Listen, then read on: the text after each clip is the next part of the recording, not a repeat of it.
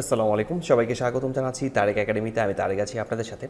আজকের ফটোশপ ক্লাসে আমরা দেখব কীভাবে যে কোনো ছবিকে মূলত 360 ডিগ্রি অ্যাঙ্গেলে রোটেট করা যায়। আমরা মোবাইল ফোন থেকে অনেক সময় যে ছবিগুলো উঠাই সেটা হচ্ছে 360 ডিগ্রি অ্যাঙ্গেলে, সেটাকে মূলত প্যারোমা বলা হয়। তো এই প্যারোমা অথবা 360 ডিগ্রি অ্যাঙ্গেলে এই ছবিগুলোকে কীভাবে রোটেট করা যায়। তো আমরা এই ছবিটিকে মূলত 360 ডিগ্রি অ্যাঙ্গেলে রোটেট করব। এই জন্য আমাদেরকে প্রথমে মনে রাখতে হবে যে এইখানকার অ্যাঙ্গেলটি এবং এখানকার অ্যাঙ্গেলটি যেন সমান থাকে। এই জন্য আমি একটা গাইড টেনে নিচ্ছি। গাইড টেনে আমরা নিচের দিকে নামিয়ে দেখছি এই অ্যাঙ্গেলটি ঠিক আছে।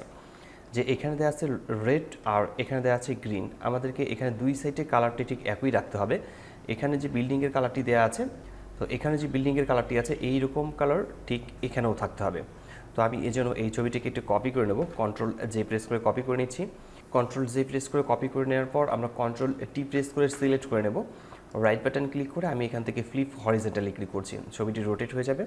এরপর চেক মার্কে ক্লিক করব। এরপর এই লেয়ারটিতে ক্লিক রেখে আমরা লেয়ার মার্কস ক্লিক করে নিচ্ছি।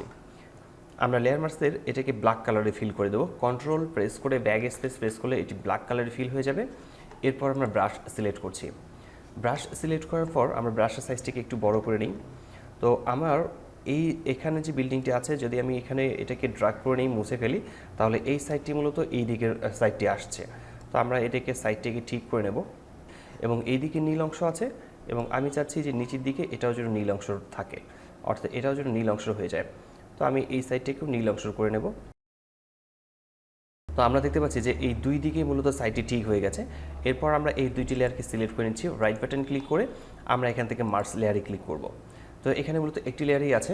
তো এই ছবির যদি আমরা রোটেট করতে চাই, অর্থাৎ 360 ডিগ্রি অ্যাঙ্গেল রোটেট করতে চাই, সেক্ষেত্রে ছবিটিকে মূলত স্কোয়ার হতে হবে। এর জন্য আমরা ইমেজে ক্লিক করছি। ইমেজে ক্লিক করার পর ইমেজ সাইজে ক্লিক করব। ইমেজ সাইজ থেকে নিচের হাইট এবং ওয়াইড দুইটি একই রাখতে হবে। আমি উপরের দিকে এখান থেকে দুইটি একই রাখছি। এরপর ওকে লেখাতে ক্লিক করছি। এর সাইজটি ঠিক এরকম হয়ে যাবে। এরপর আমরা ফিল্টারে ক্লিক করব। ফিল্টারে ক্লিক করার পর এখান থেকে আমরা ডিস্টর্টে ক্লিক করছি। ডিস্টর্ট থেকে আমরা এখান থেকে পোলার কোঅর্ডিনেটস একটি অপশন পাবো, এখানে ক্লিক করতে হবে। এখানে ক্লিক করার পর ওকে লেখাতে ক্লিক করলে ওখানে ক্লিক করার পরেই আমরা এই ছবিটি দেখতে পারবো যে এই ছবিটি 360 ডিগ্রি অ্যাঙ্গেল রোটেট হয়ে গেছে। ঠিক এভাবে যে কোনো ছবিকে যদি আমরা 360 ডিগ্রি অ্যাঙ্গেল রোটেট করতে চাই, তাহলে খুব সহজেই আমরা এই কাজটি করতে পারবো। আশা করি বিষয়টি বুঝতে পেরেছেন। কোথাও সমস্যা হলে কমেন্ট বক্সে কমেন্ট করে জানাতে পারেন, আমি প্রতিটি কমেন্টে রিপ্লাই করি। আজকে টিউটোরিয়ালটি এখানে শেষ করছি। দেখা হচ্ছে ফটোশপের নতুন কোনো টিউটোরিয়ালে। ততক্ষণ পর্যন্ত ভালো থাকবেন, সুস্থ থাকবেন। ধন্যবাদ সবাইকে। আল্লাহ হাফেজ।